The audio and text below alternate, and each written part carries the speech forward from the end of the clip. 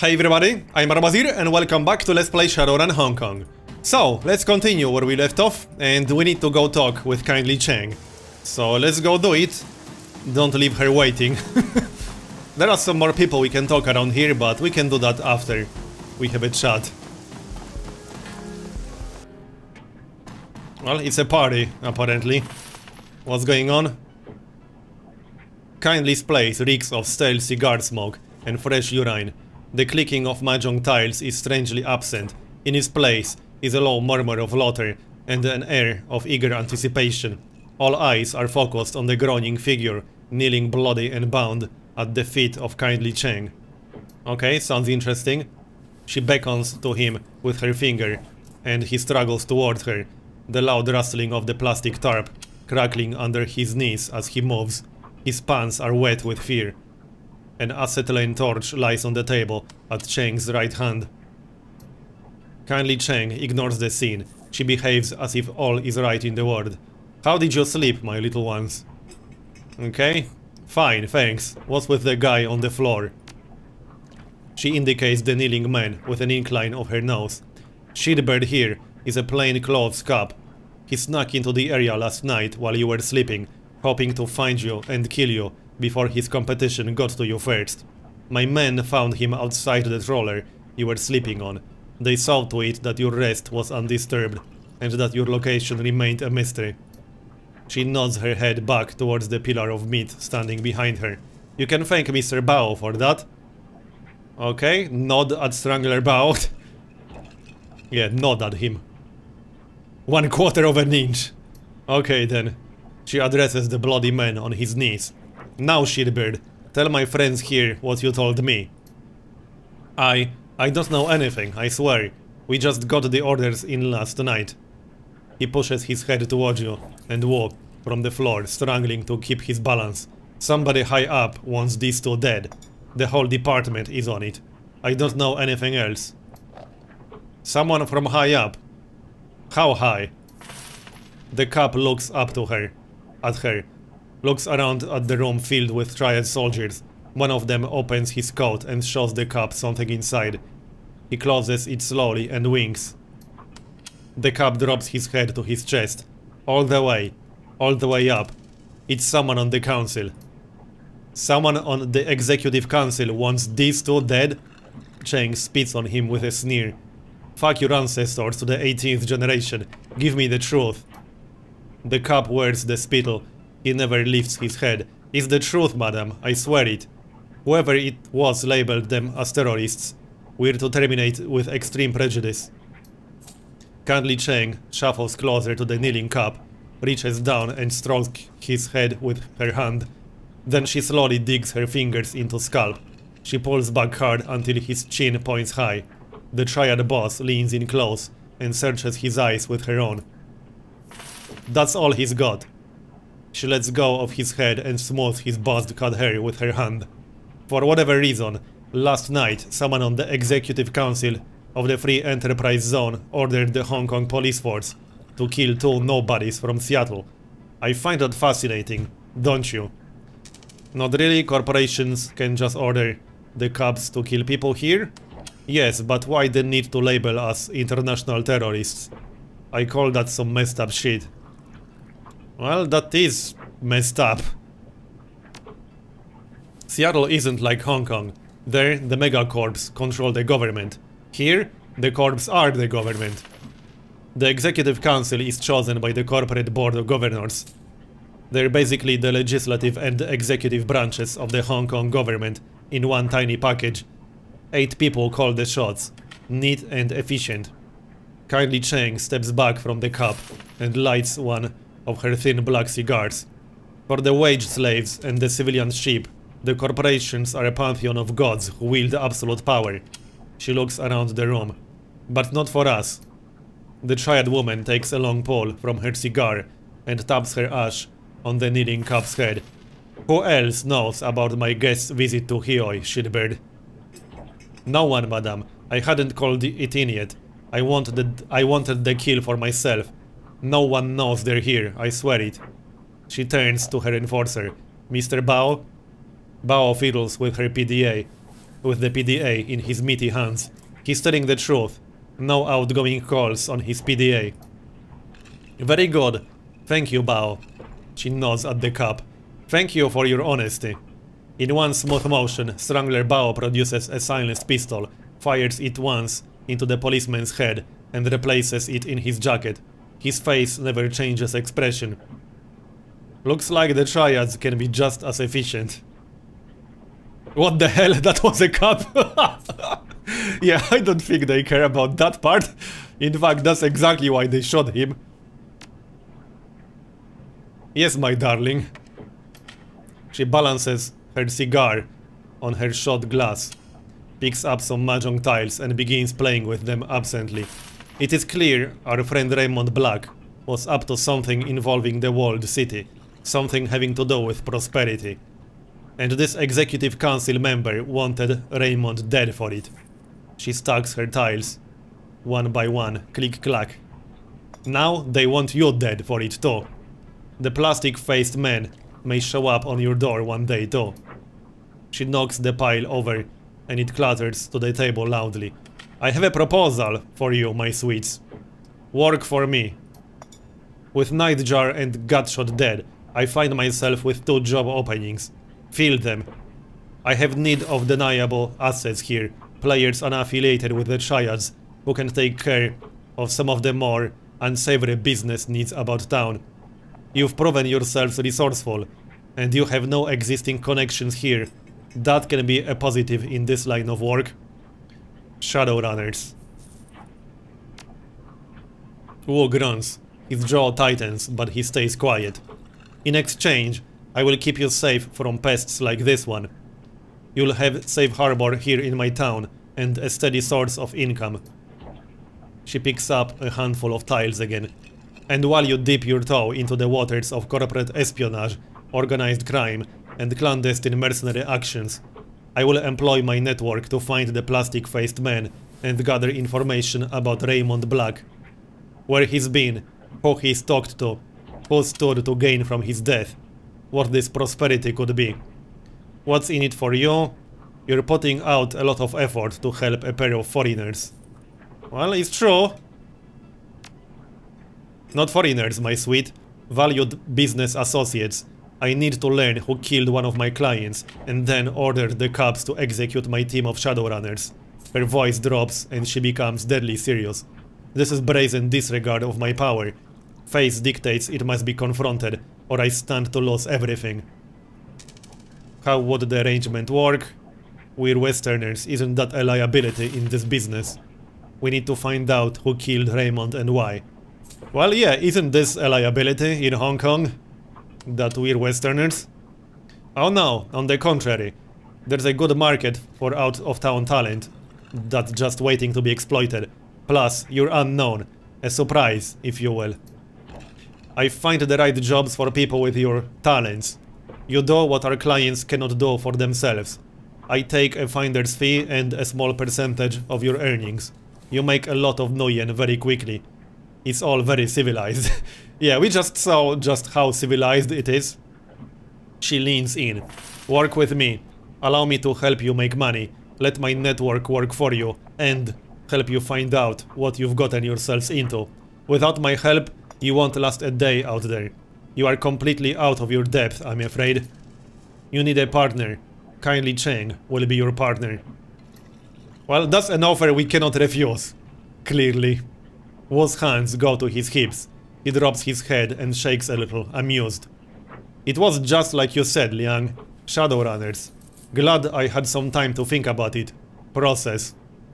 He grips the back of his neck, squeezes hard, rips his hand away. Ah, fuck it. I'm not a cop anymore. That guy's dead. He nods. The decision's made. I'm in. What about you? I'm in too. I didn't have anything back home anyway. There's good money in the shadows. I'm in until I can clear my name and get the hell out of Hong Kong. I'm gonna find out who killed Raymond. Someone's gonna pay. Well, we're not actually sure if he's dead, as you might remember from the previous episode. I think Ray's still alive too. Let's run the shadows and figure out what happened to him. Well, Alright, let's go for the last one. Raymond is alive. I'm sure of it. So I'll run the shadows as long as Auntie Chang keeps up on her end of the bargain and helps us figure out what really happened to him. Then I'm gonna find my father. Then it's done. Kioi is now open to you. She gestures to her lieutenant, who raises a finger to her ear and whispers into her sleeve. First order of business, Hulk here has already chosen a street name. She turns her attention to Wu. But Duncan Wu doesn't exist anymore. You'll need one too. Wu sighs. Yeah, okay, I'll think of something. Gobet rubs her cheek against her rats, a glint in her eye. I think we've already got you covered, Gunshow. She turns to Isabel. Fits, doesn't it? Indeed. I knew that was gonna stick. It has stuck.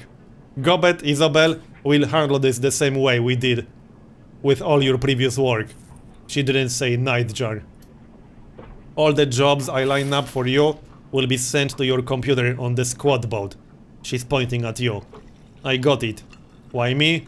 I'm not the leader type. Yep, I got it. Why him? It's a simple process of elimination. She points to the little decker. Isabel isn't the leader type. You got that right. She moves her finger to the orc girl. As for Gobet, let's just say Gobet doesn't have a head for business. Not my thing. Then she rests her finger on Wu. And then there's Gunshow. She wiggles it. The jury's out on Mr. Gunshow. Meaning? Her response is direct, straightforward. Meaning there's a lot going on in that head of yours right now, and I'm not sure if I can trust you. So I'm in charge because I'm the best of the worst.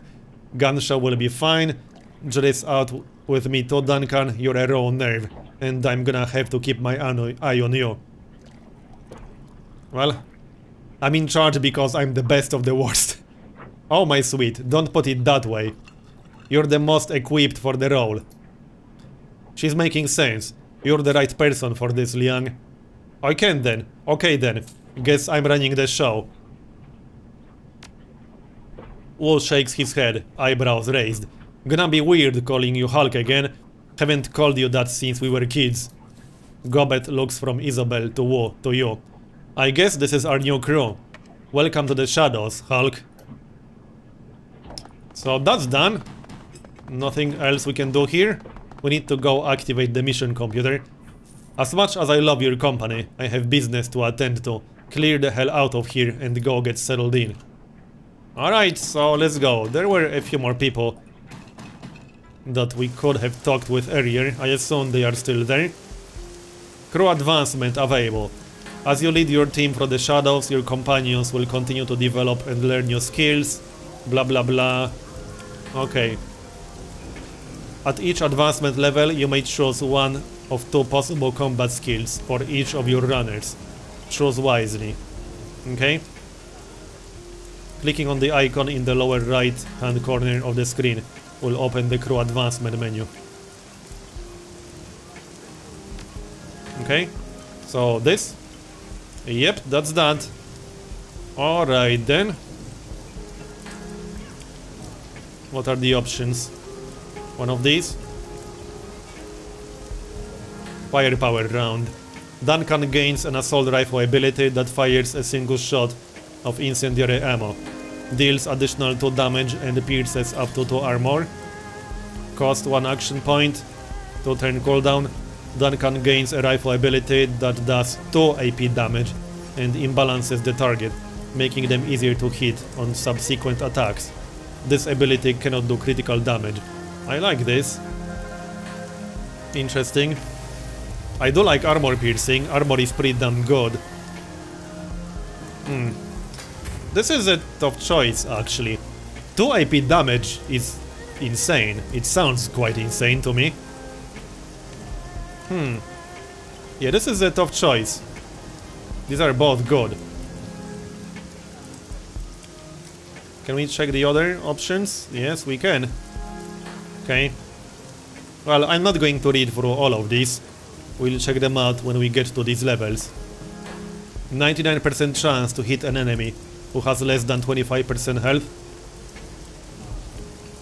Okay. Subdue ability has its cooldown reduced from 3 rounds to 2 rounds. Alright, so which one do we want to go for? Tough choice. I do like crowd control. I think I'll go for crowd control.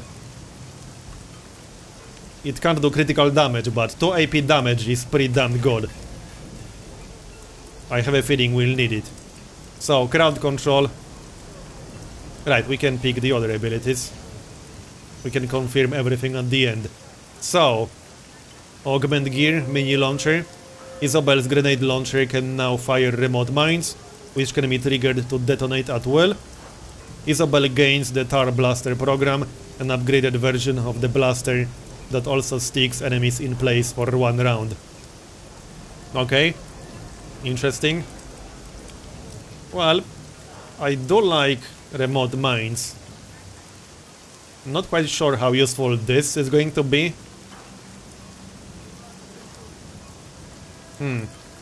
We can pick that up later, I suppose.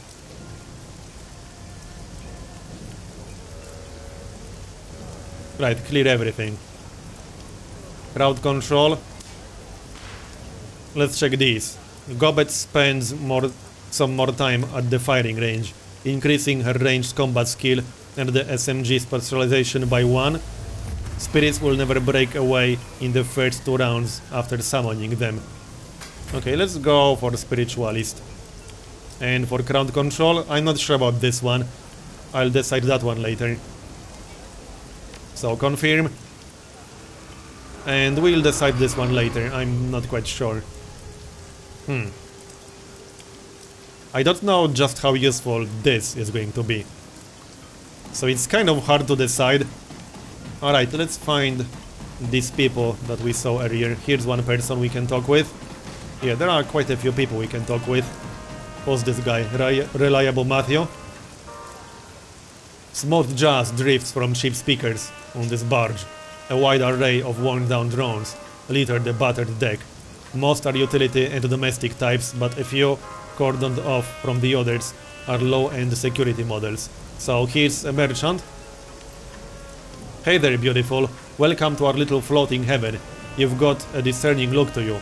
What brings you to Reliable Matthew's Robot Bazaar? Okay, so he's a merchant. Are you calling me beautiful? Well, it's a legit question. You know it, beautiful. I hope I don't offend. I just can't help it. To me, everybody's beautiful, baby. Okay, this guy is weird. Right back at you, beautiful. Oh, a man after my own heart. You're Reliable Matthew. That's right, Reliable Matthew Chan, at your service. Yes, he extends his hand to shake. The odors of peach-scented moisturizer and stale tobacco smoke wash over you. How about it? Shake his hand. Pleasure to meet you, Reliable Matthew. Always, always. Welcome to our little patch of peace on the river. I think you'll really love Hioi. It's just a fantastic place. Well, now that we're acquainted, maybe I can brighten up your day a bit. What's on your robot list, friend? Okay. Well, let's see what he has, but we're not the right archetype for that.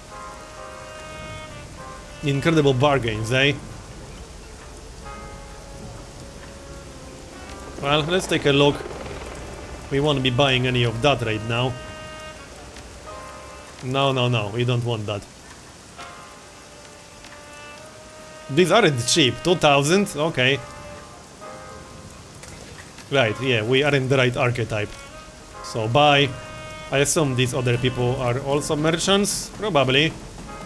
We do have 2000 no yen. And what's this? We'll check that later. There's a lot to check out around here, apparently. As you approach the small landing, you see 3 men, 2 elders and a younger man, hunched over a go-board. The juxtaposition of the 2 white-haired, white-bearded men and the black-haired man is almost comical. Together, the 3 resemble the small black and white stones of their game. Despite the variety of ambient distractions, the 3 men remain acutely focused on the game. One of the elders, a round-faced man with a beatific smile, carefully picks up a black stone and places it on the board. His opponent snorts, and a small smile flashes across his long face. Almost carelessly, he snatches a white stone and deposits it on the board. The smiling man groans, and the long-faced one proceeds to collect several black pieces off the board. Ah, you got me there, Jean. Why, hello there, young man. Something you need? Just a gawker, Shio. It's your turn. Name's Hulk. Got a second for a question. I could use a short break. How about you, Jean? Fine. A short break. He looks to be in his early 30s, but it's difficult to tell. The skin on his face is smooth and supple, with only the suggestions of creases in the eye, mouth, and forehead. But small gestures, a blink, a flare of his nostrils, briefly reveal the lines of his face. The man's eyes rise from the go board and study the elders. He nods. Been having any strange dreams recently? I hear it happens around here. The three men exchange looks. Shio turns to you.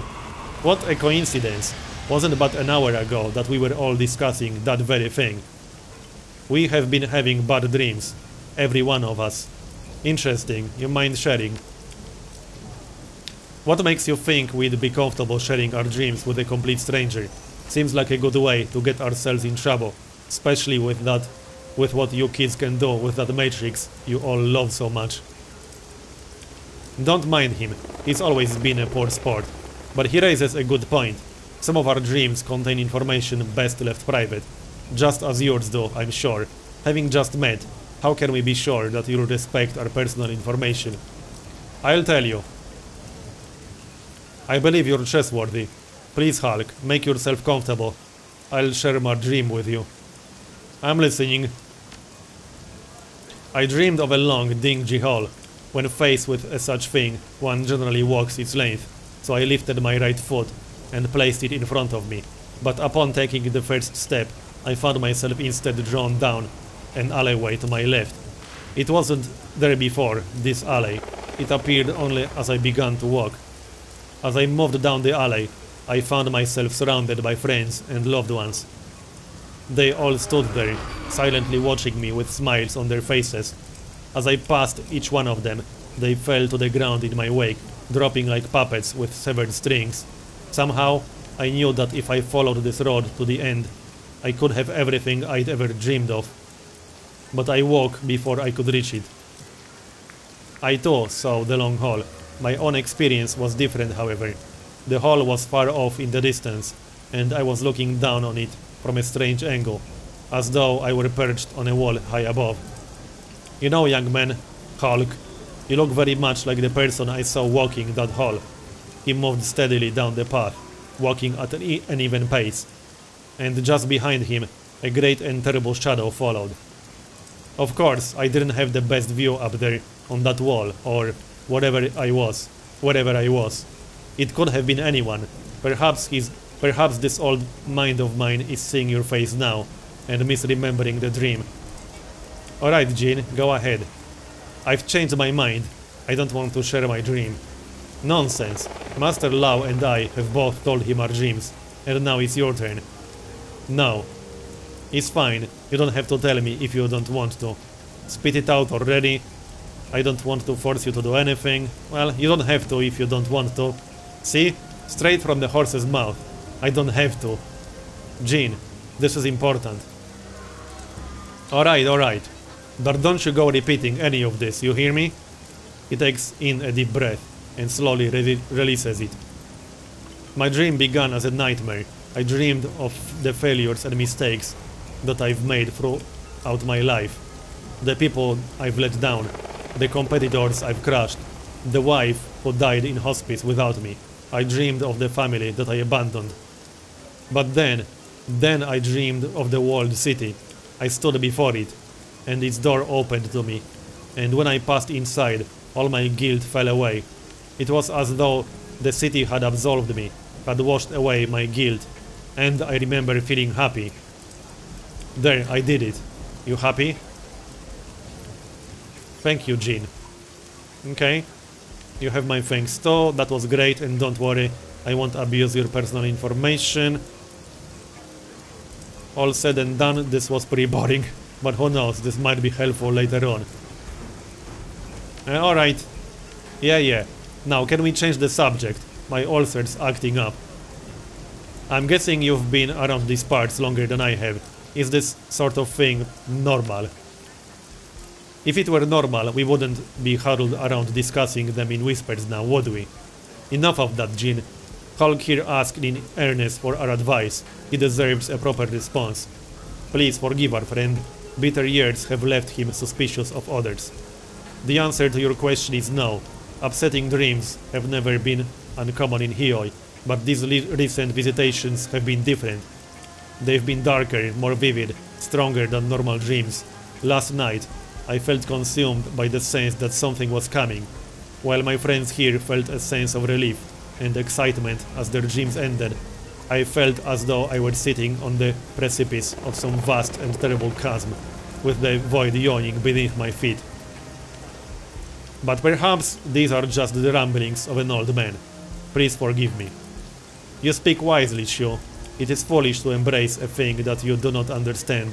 What Jin and I saw in our dreams was alluring, but so is the light to a moth. Your instincts are still strong and sharp, my old friend. It is wise of you to trust them. Thank you. I can only hope that these dreams do lead to something beautiful. There's already enough deception in this world.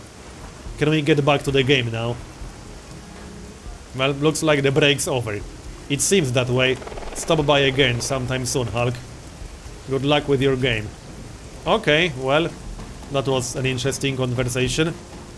Let's check this place. We can always check our mission computer later. What's this? A mild scent, sweet but slightly herbal, is the first thing you notice upon entering the old shop. Its quarters are cramped, made smaller by the display cases and furniture packed inside. The walls are lined with bookshelves, and the tables and chairs are stacked with old tomes. A few titles jump out at you. Lucid Dreaming, an exploration of the inner self. Dream Logic, Nocturnal Visitations. Okay, sounds interesting. Milling at the front of the store is the shopkeeper, lost in a book of her own. She's tall for a human, probably close to 2 meters in height. Her physique is typical bookworm, not overweight, but you can't see any muscular definition either. A wrap-around tattoo covers her upper arms and shoulders, but from where you're standing, you can't quite make it out. She fidgets. Gradually, her eyes rise from her book and look onto you. Welcome. Don't believe I've seen you before. Name's Crafty. Hulk. She shakes your hand. Her grip is surprisingly firm. So, Hulk, what can I do for you? I've got spells, alchemical reagents, whatever you want, really. Might have to do some digging to find it, but if it's magical, it's around here somewhere. Okay, so have you had any vivid dreams lately? Her face is unreadable. Her eyes lock onto yours. As a matter of fact, I have. But we all get the occasional vivid dream. Nothing special here. Really? Then why are you reading up on them? She flicks her wrist dismissively. Sure, it's a little weird that we're having them, but these types of dreams are common in the walled city. Nothing to get all worked up about. Probably. Strange, I met someone the other day who said that too. She nods. Anyone who's familiar with the walled city would know that, but most people don't go out of their way to find it. My mother devoted her life to researching the walled city and the magical phenomena within it, so I grew up with stories about the city, the recurrent creepy dreams being one of them. They're common then. Common as the cold. My mother devoted her life to researching the walled city. Yeah, we already read that. Okay. Where's your mother now? Okay. Is this your store or do you just work here? It's mine. I inherited it from my mom. As you can see, she generously left me with all her research journals. Well, what makes this store so special? It's old, respectable, built over a dragon line.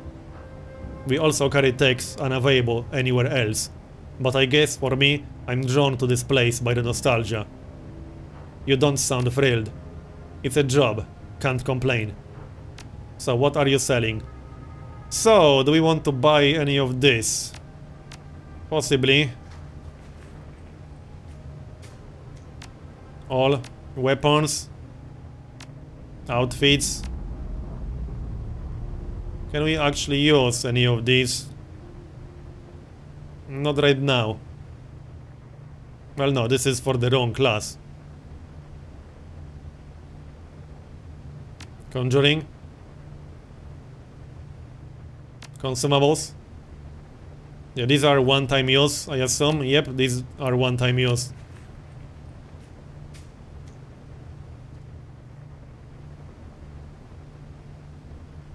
Okay, then. Well, we don't need any of these. What else do you know about the walled city? Very little. Just that my mother spent most of her time in there, and she shifts her weight, leans onto the counter. Well, it messed her up. Is there something specific you want to know about? Okay. I'm thinking of moving to the walled city. No, I'm not. Then you're in luck, because I know a lot about nothing. Maybe we can discuss the finer points of nothing in particular over tea sometime. Well, I think that's that. Let's go find some more people. There should be some more vendors around here. At least one more, I think. So, we'll take a look around. And we'll check the mission computer in just a moment. Yep, there's some guy over here. Maximum low. Overhead, a gigantic hollow sign shines like a searchlight, screaming its message through the dim light. It hums and flickers, sputtering like an old engine. Fierce electrical crackles sporadically burst out of the sign's emitter, stabbing your eyes and filling your ears with static. Under the baleful glare of the sign, the rusty mini-barge's deck is stacked with electronics. Alright, so yeah, this is a vendor then. A short human in his late 20s stands in the middle, hands on his hips, talking loudly into the air. No, I'm telling you, nobody uses key M3s. Like nobody. They're shit. I don't care what Deng says. If Xiaowei's SRP uses KM3s, they're stupid. Hey, flesh is rolling up, I gotta go. He turns to face you, goggles blank and enigmatic, blinking with tiny lights and wrapped in duct tape. He points at your PDA. I ripped that PDA. You work for Kindly. His lips work impatiently. Yo, what do you want? What's all this junk? Who are you? Who am I? You're new here, I get it. You don't know about me yet, but you will. I'm one of the guys that keeps this neighborhood running. This is Law's Technology Palace, satellite territory of Whampoa. You step on the boat, you're in a sovereign state. I represent Whampoa here. I'm maximum low. The maximum low, yo. You got a tech problem? Boom, I solve it. You need software? Boom, done. But don't waste my time. So, you got any business in Whampoa right now? If not, keep moving.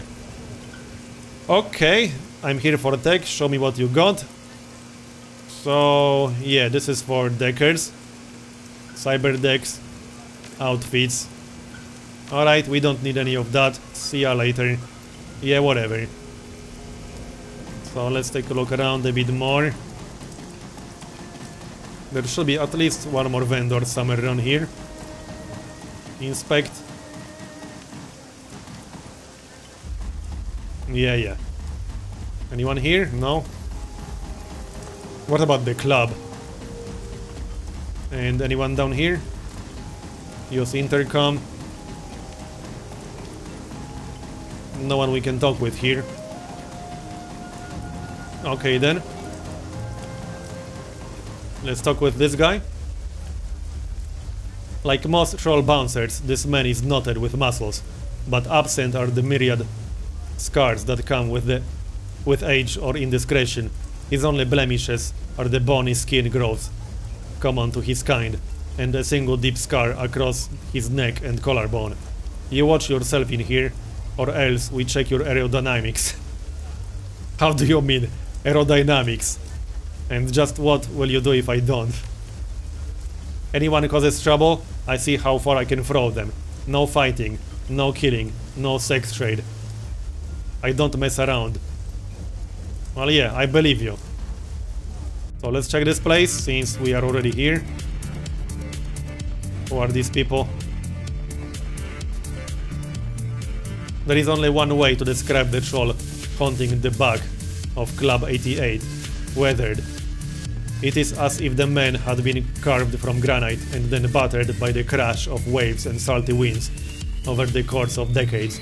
Welcome to Club 88. Okay. Rosal rolls, I can respect that, I'm Hulk. I'm Henry Kafai. I suppose I own this place.